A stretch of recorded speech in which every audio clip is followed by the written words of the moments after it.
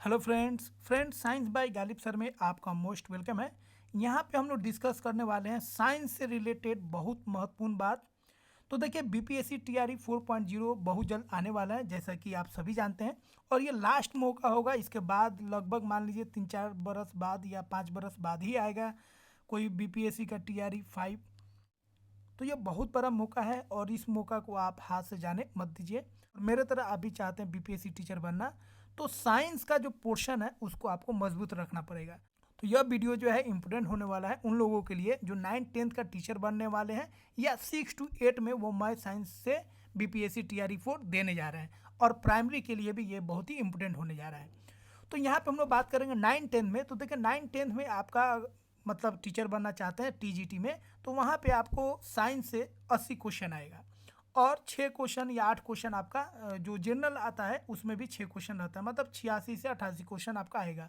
6 to 8 में अगर हम बात करेंगे, अपर प्राइमरी में बात करेंगे, तो अपर प्राइमरी में टीचर बनने के लिए आपको जो बीपीएससी पेपर तैयार करेगा उसमें 80 क्वेश्चन आपका अपना सब्जेक्ट का होगा, मैथ और साइंस का, जिसमें 40 नंबर मैथ और 40 नंबर साइंस का होगा।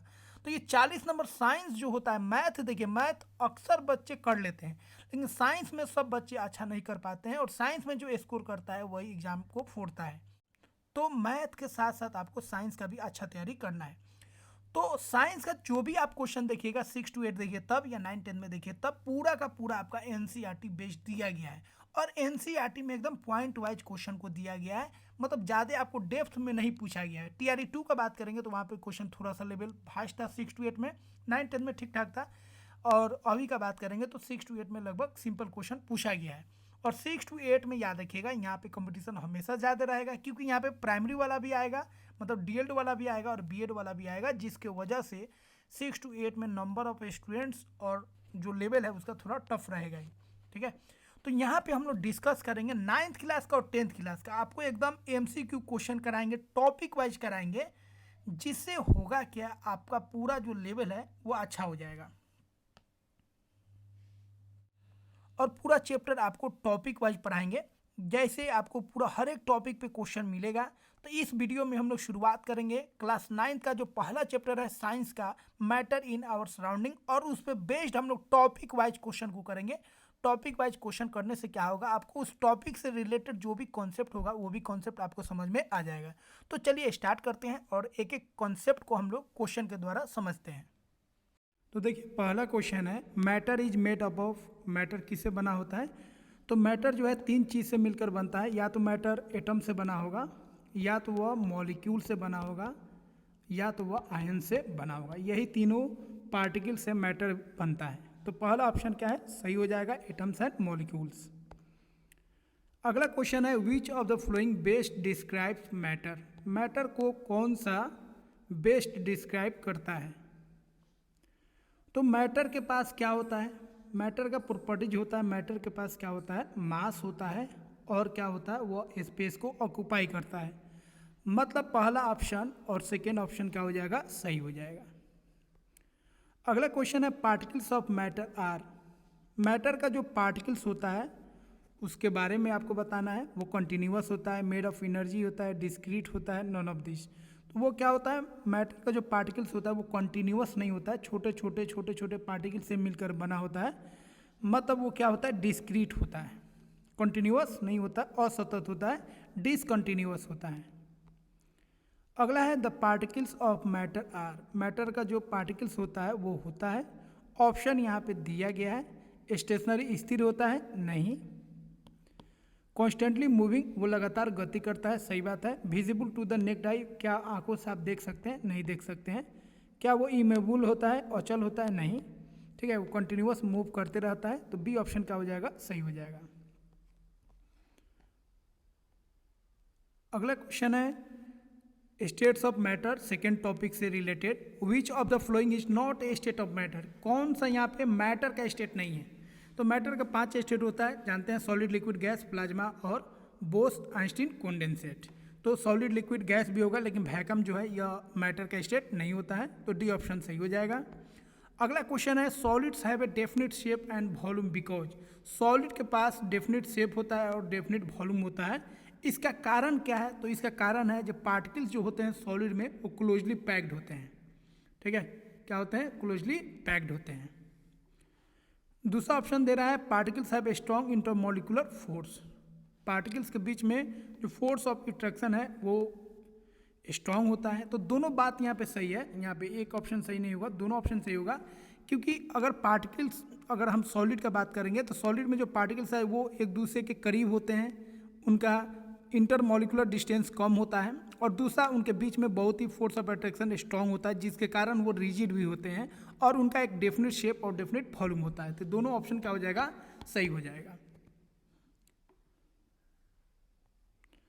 अगला क्वेश्चन है liquids do not have a fixed shape because. Liquids के पास एक फिक्स्ड शेप नहीं होता है, क्यों? क्योंकि उनका फोर्स ऑफ अट्रैक्शन जो होता है क्या होता है? वीक होता है।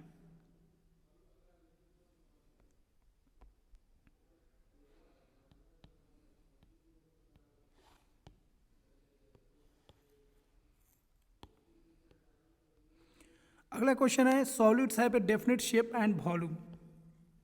सॉलिड जो होता है उसका शेप डेफिनिट होता है और उसका वॉल्यूम भी डेफिनिट होता है। इसका कारण क्या है? तो देखिए, सॉलिड में अगर पार्टिकल्स का बात करेंगे तो सॉलिड में जो पार्टिकल्स होता है उनके बीच में स्ट्रॉन्ग फोर्स लगता है, उनके बीच में जो फोर्स ऑफ अट्रैक्शन होता है मजबूत होता है, जिसके कारण उनका जो शेप होता है, वॉल्यूम होता है, वो क्या होता है? डेफिनिट होता है। अगला क्वेश्चन है liquids do not have a fixed shape because. Liquids के पास एक फिक्स्ड शेप नहीं होता है, क्यों? क्योंकि उनके बीच में जो फोर्स ऑफ अट्रैक्शन है वो क्या होता है? वीक होता है। इंटरमोलिकुलर फोर्स क्या होता है? वीक होता है, इसके कारण। अगला क्वेश्चन है gases fill the entire space of the container because. Gas को अगर आप किसी बर्तन में रखते हैं तो पूरे बर्तन को ये फिल कर देता है। क्यों कर देता है? इसके पीछे क्या रीजन है?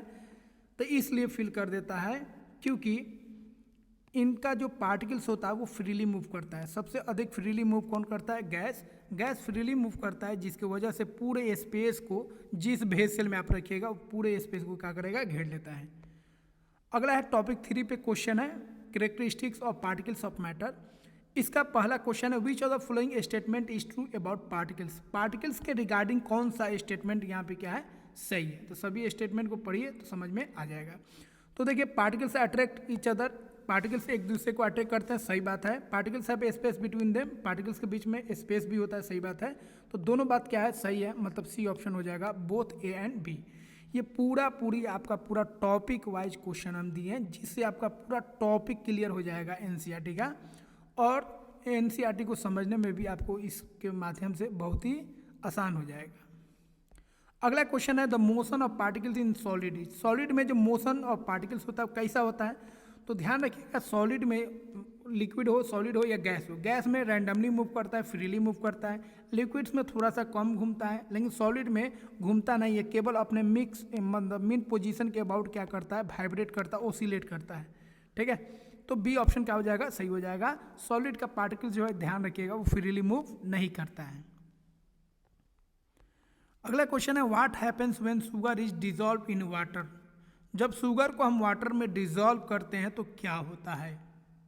ठीक है, तो देखिए होगा क्या, शुगर पार्टिकल्स जो है स्पेस बिटवीन वाटर पार्टिकल्स के बीच में जो स्पेस होता है, उस स्पेस में कौन चला जाता है? चीनी का पार्टिकल्स चला जाता है, जिसके वजह से चीनी का पार्टिकल्स आपको दिखेगा भी नहीं। इसका मतलब है जो चीनी पानी में क्या होता है? घुल जाता है। तो घुलने का कारण यही है, जो चीनी को अगर पानी में डालिएगा तो पानी का जो मॉलिक्यूल्स है उसके बीच में जो डिस्टेंस है, उसी डिस्टेंस में कौन चला जाता है? शुगर का पार्टिकल्स चला जाता है, जिसके वजह से पूरा शुगर उसमें घुल जाता है। ठीक है, और इसके कारण ही अगर आप वाटर में शुगर को डालिएगा तो जो वाटर लेवल है उसमें कोई बढ़ोतरी, कोई इंक्रीजमेंट नहीं होता है। तो ए ऑप्शन क्या हो जाएगा? सही हो जाएगा। अगला क्वेश्चन है पार्टिकल्स ऑफ गैसेस हैव। जो गैस का पार्टिकल्स होता है उसके पास क्या होता है? एकदम सिंपल क्वेश्चन है, उसका काइनेटिक एनर्जी बहुत ही अधिक होता है, हाई काइनेटिक एनर्जी। तो गैस के बारे में 2-3 बात याद रखिएगा। गैस का वॉल्यूम और उसका जो शेप होता है वो डेफिनेट नहीं होता है, लेकिन उसका वॉल्यूम डेफिनेट होता है। शेप और उसका जो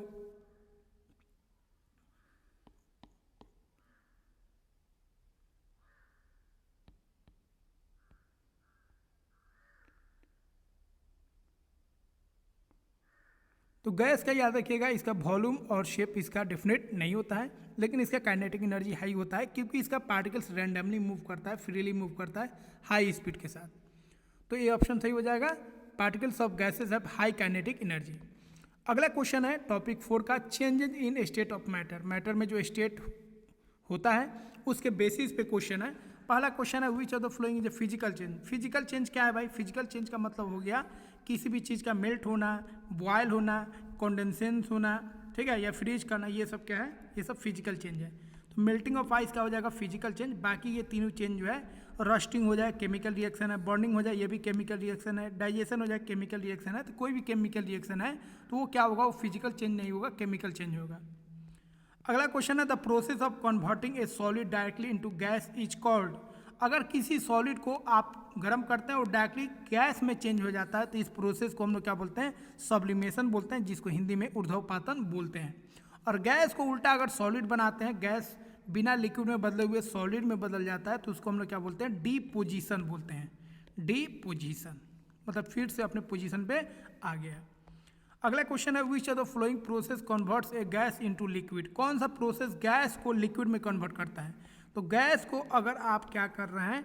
कॉन्डेंस कर रहे हैं तो किस में बदल जाएगा? लिक्विड में बदल जाएगा। और इस प्रोसेस को हम लोग क्या बोलते हैं? कॉन्डेंसेशन बोलते हैं। अगला क्वेश्चन है latent heat of vaporisation is the heat required to. Latent heat of vaporisation का मतलब क्या है? तो देखिए, लिक्विड को जब आप गैस में बदलते हैं तो उसके दौरान जो भी आप हीट देते हैं वो हीट जो है लिक्विड को गैस में बदलने में खर्च हो जाता है। वहाँ पे कोई टेम्परेचर में इंक्रीमेंट नहीं होता है। अगर आप पानी को गर्म करते हैं 100 डिग्री पे, तो 100 डिग्री के बाद जितना भी उसको हीट कर दीजिए 101 डिग्री नहीं होगा, क्योंकि वो सारा का सारा जो आप हीट दे रहे हैं, जो भी एनर्जी दे रहे हैं, वो सब कहाँ खर्च हो रहा है? उस वाटर को वेपर में बदलने में खर्च हो रहा है, जिसकी वजह से कोई टेम्परेचर में इंक्रीमेंट आपको दिखाई नहीं देगा। और इसी को हम लोग क्या बोलते हैं? Latent heat of vaporisation. ठीक है, लिक्विड को गैस में, मतलब बॉइलिंग पॉइंट पे लिक्विड को जब गैस में बदलते हैं उसमें जो एनर्जी लगता है उसी को हम लोग क्या बोलते हैं? लेटेंट हीट ऑफ वेपराइजेशन बोलते हैं। इससे टेम्परेचर में कोई इंक्रीमेंट नहीं होता है।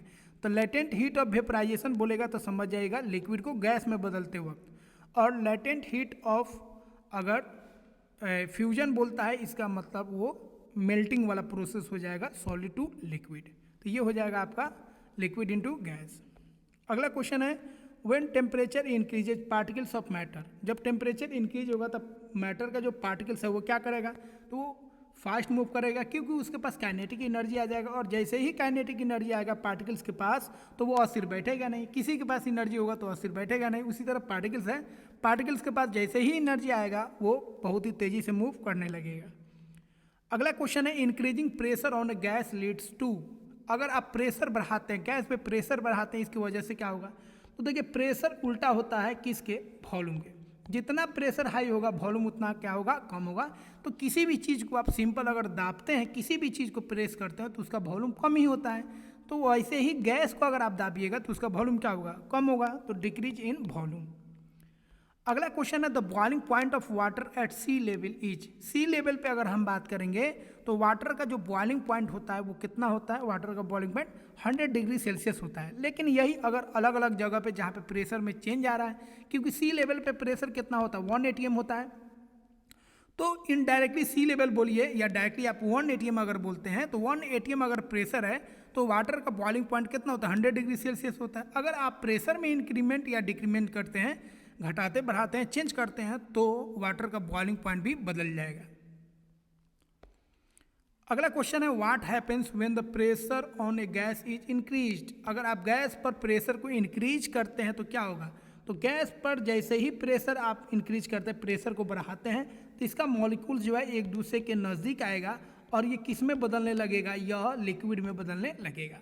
तो गैस को अगर हम प्रेस करेंगे, कंप्रेस करेंगे प्रेशर को हाई करके, तो वो लिक्विड में बदलेगा। लिक्विड को फिर कंप्रेस करेंगे तो फिर वो किस में बदल जाएगा? सॉलिड में बदल जाएगा।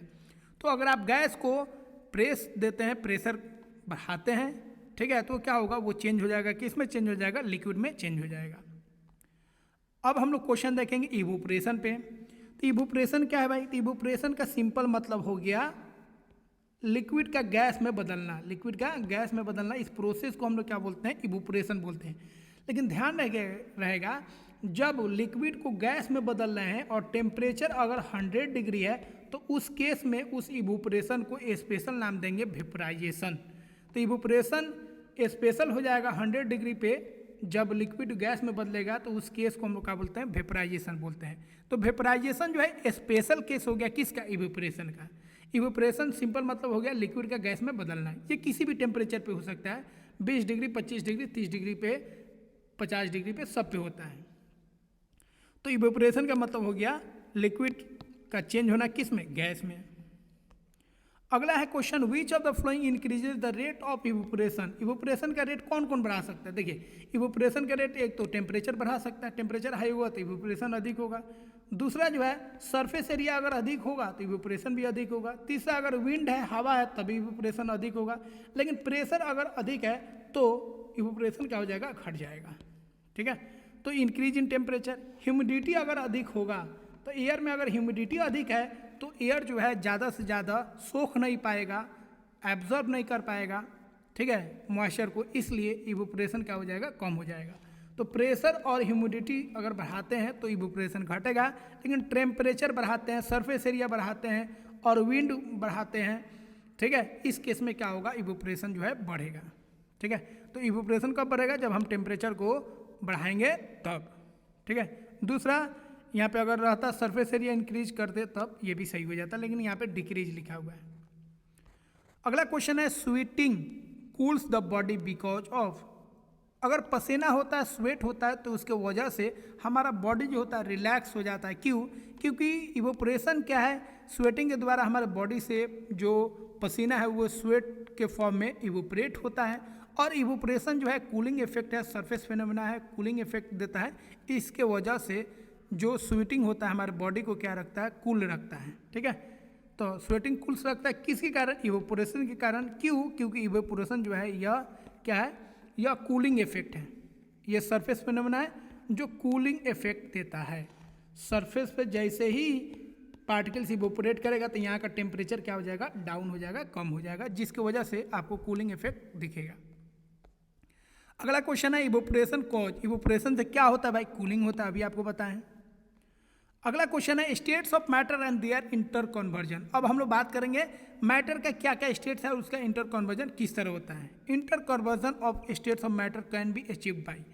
अगर किसी भी मैटर का एक स्टेट से दूसरे स्टेट में बदलना है, उसके लिए क्या करना है भाई, दो काम करना है, एक तो टेम्परेचर और दूसरा प्रेशर। देखिए किसी भी मैटर को एक स्टेट से दूसरे स्टेट में बदलना है तो टेम्परेचर और प्रेशर को चेंज करना पड़ेगा। टेम्परेचर अगर आप हाई कीजिएगा तो मॉलिक्यूल्स एक दूसरे से दूर भागेगा, लेकिन प्रेशर अगर हाई कीजिएगा तो मॉलिक्यूल्स एक दूसरे के नज़दीक आएगा। याद रखिएगा, दोनों उल्टा काम करता है। टेम्परेचर मॉलिक्यूल्स को दूर भगाता है, मतलब उसको काइनेटिक एनर्जी दे रहा है, लेकिन प्रेशर जो है मॉलिक्यूल्स को नज़दीक लाता है, मतलब उसके काइनेटिक एनर्जी को, उसके स्पीड को कम करता है। तो अगर आप मैटर को चेंज करना चाहते हैं तो दो चीज़ का चेंज करना पड़ेगा, एक टेम्परेचर और दूसरा प्रेशर, मतलब बोथ ए एंड बी। अगला क्वेश्चन है, the process of converting a liquid into solid is called. अगर आप लिक्विड को सॉलिड में बदलते हैं तो इस प्रोसेस को क्या बोलते हैं, तो लिक्विड को सॉलिड में अगर बदलते हैं तो इसको हम लोग क्या बोलते हैं, इसको हम लोग बोलते हैं फ्रीजिंग। ठीक है, मतलब फ्रीज करना, फ्रीज करना मतलब लिक्विड का फ्रीज कर रहे हैं, या इसी को एक और नाम बोला जाता है फ्रीजिंग बोलिए तब, या इसी को हम लोग बोलते हैं सॉलिडिफिकेशन। क्या बोलते हैं, सॉलिडिफिकेशन, मतलब सॉलिड बनाना। अगला क्वेश्चन है, dry ice is an example of. Dry ice किसका एग्जाम्पल है, तो देखिए ड्राई आइस का मतलब हो गया सूखा।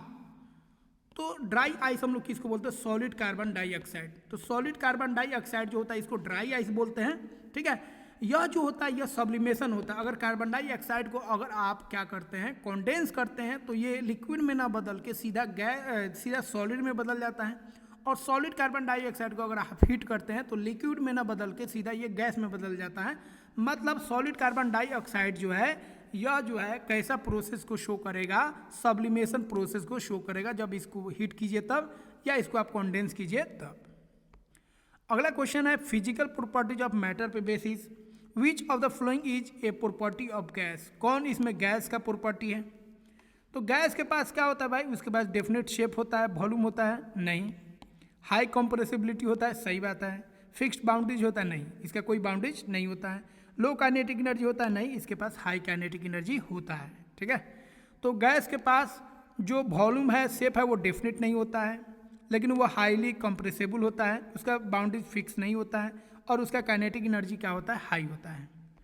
अगला क्वेश्चन है which state of matter has the highest density. Density सबसे अधिक किस में होगा? डेंसिटी का मतलब हो गया, डेंसिटी बराबर क्या होता है, मास अपन वॉल्यूम, जिसका वॉल्यूम क्या होगा, कम होगा, तो कौन हो जाएगा, सॉलिड। अगला क्वेश्चन है what property of liquids allow them to flow. Liquids का कौन सा प्रॉपर्टी होता है जिसकी वजह से वो फ्लो करते हैं? तो देखिए, कोई भी चीज़ फ्लो करेगा कब? जब उसके मॉलिक्यूल्स के बीच में इंटरमॉलिक्यूलर फोर्स जो है वो कमजोर होगा। तो वीक अगर इंटरमॉलिक्यूलर फोर्स है, मॉलिक्यूल्स के बीच में जो फोर्स है वो अगर वीक है तो वो आसानी से फ्लो कर पाएगा। और कौन कौन फ्लो करता है? एक लिक्विड फ्लो करता है और एक गैस फ्लो करता है, और दोनों को मिलाकर हम लोग क्या बोलते हैं, फ्लूइड बोलते हैं। क्या बोलते हैं? फ्लूइड। फ्लूइड का मतलब जो फ्लो कर सके, सॉलिड तो फ्लो करेगा नहीं, तो लिक्विड फ्लो करता है। इसका कारण क्या है? Weak intermolecular force. अगला क्वेश्चन है plasma and Bose Einstein condensate पे। यह क्वेश्चन है which of the following is the fourth state of matter. Matter का जो चौथा स्टेट है कौन है? प्लाज्मा। और पांचवा स्टेट कौन है? Bose Einstein condensate. अगला क्वेश्चन है Bose Einstein condensate is formed at. Bose Einstein condensate जो है यह पांचवा स्टेट है, यह कब बनेगा? जब बहुत बहुत कम टेम्परेचर होगा तब। देखिए प्लाज्मा में सिंपल आपको याद रखना, प्लाज्मा कब बनेगा? जब टेम्परेचर बहुत बहुत हाई होगा तब। इसमें प्लाज्मा में जो पार्टिकल्स होता है वो सुपर एक्साइटेड होता है, क्योंकि उसके पास बहुत बहुत ज़्यादा एनर्जी है। जैसे स्टार में, सन में, स्टार सन ये सब जो ग्लो करता है, किसके कारण? क्योंकि उसके पार्टिकल्स के पास बहुत ज़्यादा एनर्जी हो गया है, प्लाज्मा स्टेट में है। लेकिन वही एक ऐसा आता है जब पार्टिकल्स को इतना कूल कर दीजिए, इतना कूल कर दीजिए, ठीक है जी, उसका एक अलग स्टेट आ जाए जिसको हम लोग बोलते हैं बोस आइंस्टीन कंडेंसेट। उस केस में जो एनर्जी होता है पार्टिकल्स के पास वो बहुत ही कम होता है, मतलब उसका बहुत बहुत लो टेम्परेचर होता है।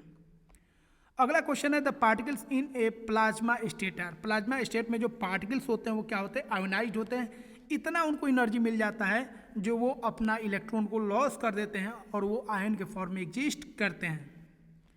अगला क्वेश्चन है effect of temperature on change of state. State को चेंज करने में टेम्परेचर का क्या इफेक्ट है? तो बॉइलिंग जो होता है ऑकर करता है कब? तो बॉइलिंग ऑकर करता है फिक्स टेम्परेचर, और वो फिक्स टेम्परेचर क्या होता है? 100 डिग्री सेल्सियस। लेकिन ध्यान रखिएगा इस पे टेम्परेचर प्रेशर कितना होना चाहिए? 1 atm। तो 1 atm अगर प्रेशर है तो उस केस में जो बॉइलिंग है वाटर का वो फिक्स्ड होगा, और वो कितना होगा? 100 डिग्री सेल्सियस। अगला क्वेश्चन है which process take place during boiling but not during evaporation. Boiling के द्वारा कौन सा प्रोसेस होता है लेकिन इवोपरेशन में नहीं होता है? तो देखिए बॉइलिंग में, इवोपरेशन में आपको एक्सटर्नल हीट देने की जरूरत नहीं है, लेकिन अगर बॉइलिंग का बात करेंगे तो बॉइलिंग से आपको एक्सटर्नल हीट देना जरूरी है। जैसे आप नेचुरली देखिएगा पानी अगर आप बाहर छोड़ देते हैं तो अपने आप उड़ जाएगा, मतलब अपने आप उसका इवोपरेशन हो गया, मतलब आपको एनर्जी देने की जरूरत नहीं है, उस सनलाइट इन्वायरमेंट से एनर्जी लिया और इवोपरेट कर गया। लेकिन बॉइलिंग करने के लिए, वाटर को बॉयल करने के लिए आपको एक्स्ट्रा एनर्जी देना पड़ेगा, उसको गैस स्टोव से एक्स्ट्रा एनर्जी देना पड़ेगा। ठीक है, तो किसको हम लोग सप्लाई करते हैं बाहर से एनर्जी? बॉइलिंग को। तो बॉइलिंग में हम लोग हीट को क्या करते हैं? सप्लाई करना पड़ता है बाहर से, लेकिन यह इवोपरेशन में नहीं होता है। इवोपरेशन अपने आप हो जाता है, नेचुरली हो जाता है, इसमें एक्स्ट्रा एनर्जी देने की जरूरत नहीं पड़ता है। अगला क्वेश्चन है सब्लिमेशन से related which of the following substance undergoes sublimation. किसका सब्लिमेशन होता है? तो 4 चीज़ आप याद रखिएगा। एक तो आयोडीन याद रखिएगा, आयोडीन, एक याद रखिएगा कैम्फोर, एक याद रखिएगा अमोनियम क्लोराइड, और एक याद रखिएगा सॉलिड कार्बन डाइऑक्साइड, एक और होता है नैप्थिलीन। याद रखिएगा 5 का 5 आप याद रखिएगा। ये पांचों का क्या होता है? सब्लिमेशन होता है। मतलब ये 5 को अगर आप हीट करते हैं तो गैस में बदलेगा डायरेक्टली, और गैस को अगर कंडेंस करते हैं इसके गैस को तो वो डायरेक्टली सॉलिड में बदल जाता है। यहाँ पे क्या हो जाएगा? कैम्फोर हो जाएगा। अगला क्वेश्चन है what happens to the particle during sublimation. Sublimation के द्वारा सब्लिमेशन प्रोसेस में क्या होता है भाई? तो यह डायरेक्टली चेंज हो जाता है सॉलिड से गैस में। पहला ऑप्शन क्या हो जाएगा? सही हो जाएगा। अगला क्वेश्चन है लैटेंट हीट के बारे में। The latent heat of fusion is the heat required to. Fusion आ गया, तो लैटेंट हीट ऑफ फ्यूजन का मतलब क्या होता है? जो आप कन्वर्ट कर रहे हैं, मतलब वह एनर्जी जो खर्च हो रहा है, किसको कन्वर्ट करने में? सॉलिड से लिक्विड में। सॉलिड से लिक्विड कन्वर्ट करने में जो एनर्जी लगता है, जो दिखता नहीं है, जो टेम्परेचर को इंक्रीज नहीं करता है, छुप जाता है, उस एनर्जी को हम लोग क्या बोलते हैं? लेटेंट हीट ऑफ फ्यूजन बोलते हैं।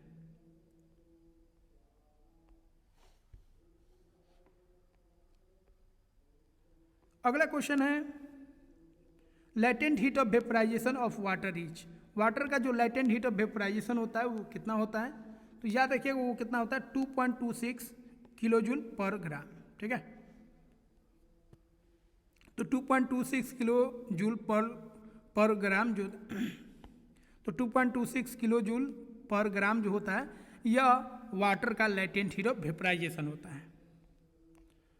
अगला क्वेश्चन है the phenomenon where water boils at a temperature below 100 degree Celsius at high altitude is due to.